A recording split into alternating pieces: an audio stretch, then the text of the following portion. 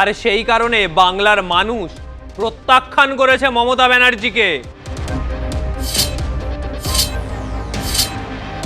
যে দুর্নীতির জন্য আজকে তৃণমূলকে বাংলার মানুষ সমূলে উৎখাত করে দিয়েছে।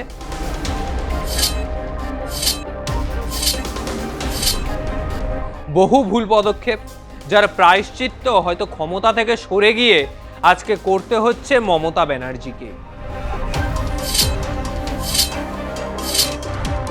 রাজ্যে পালাবদল হয়েছে। বাংলায় 34 বছরের শাসনকাল দেখেছেন, 15 বছরের শাসনকাল দেখলেন। এবার ভারতীয় জনতা পার্টির নেতৃত্বে ডবল ইঞ্জিন সরকার এই বাংলা এখন ডবল ইঞ্জিনের গতিতে এগোচ্ছে। তবে এই যে গতি প্রকৃতিতে বর্তমান সময়ে রাজনীতি চলছে, এই রাজনীতির ফলস্বরূপ শুভেন্দু অধিকারী বাংলার মুখ্যমন্ত্রী। তবে যে শাসনকালের অবসান ঘটল, সেই শাসনকাল লড়াই, সংগ্রাম, মাটি কামড়ে পড়ে থাকা মমতা ব্যানার্জির সেই থেকে শাসনকালটা এসেছিল। কিন্তু এই শাসনকালে অনেক ভুল পদক্ষেপ নিয়েছে তৃণমূল, বহু ভুল পদক্ষেপ, যার প্রায়শ্চিত্ত হয়তো ক্ষমতা থেকে সরে গিয়ে আজকে করতে হচ্ছে মমতা ব্যানার্জিকে। মমতা ব্যানার্জির একসময় ছায়া সঙ্গী সোনালী গুহ, বিধানসভার ডেপুটি স্পিকারও ছিলেন তিনি। কিন্তু সেই সোনালী গুহ, যিনি মমতা ব্যানার্জির ছায়া সঙ্গী ছিলেন, আজ তিনি ভারতীয় জনতা পার্টির সদস্য, ভারতীয় জনতা পার্টির নেত্রী।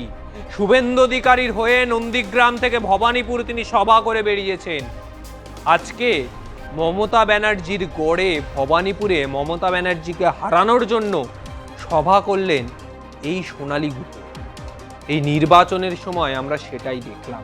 তবে সোনালী গুহ, মমতা ব্যানার্জির এই যে আজকের ভরা ডুবি, বাংলার মানুষ একসময় মমতা ব্যানার্জিকে দুহাত ভরে আশীর্বাদ করেছিলেন।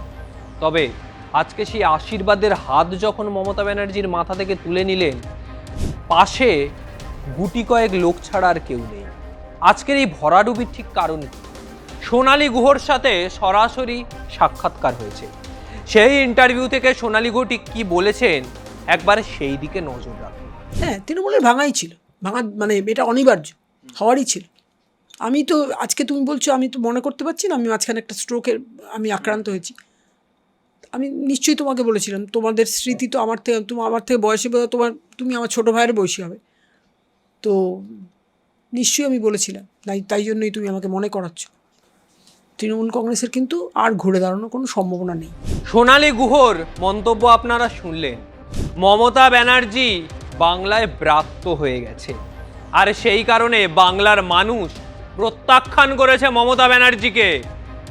প্রাতিষ্ঠানিক দুর্নীতির রন্ধ্রে রন্ধ্রে ঢুকে গেছিল তৃণমূলের, যে দুর্নীতির জন্য আজকে তৃণমূলকে বাংলার মানুষ সমূলে উৎখাত করে দিয়েছে, যে দুর্নীতির কারণে বাংলার মানুষ সিপিএমকে সমূলে উৎখাত করেছিল, সেই দুর্নীতি আজকে তৃণমূলের ভরাডুবির কারণ হয়ে দাঁড়ালো। যে প্রাতিষ্ঠানিক দুর্নীতি, কয়লা, বালি, তোলাবাজি, সিন্ডিকেট, কি বাদ রেখেছিল এই তৃণমূল সরকার, আর তার জন্য এই ভরাডুবি। যারা প্রথম দিনের সৈনিক ছিলেন তাদেরকে ভুলে গিয়ে মমতা ব্যানার্জি কিছুদিনের সুখের পায়রাদেরকে ভরসা করেছিলেন, যারাই তার ভরাডুবির কারণ বা পিছন থেকে ছুরি মেরে চলে গিয়েছে। আর সেই কারণেই মমতার ভরাডুবি। আজকের মতো বিদায় নিচ্ছি। ভিডিওটা ভালো লাগলে অবশ্যই লাইক, কমেন্ট করুন, চ্যানেলটি সাবস্ক্রাইব করুন, আপনার মতামত জানান।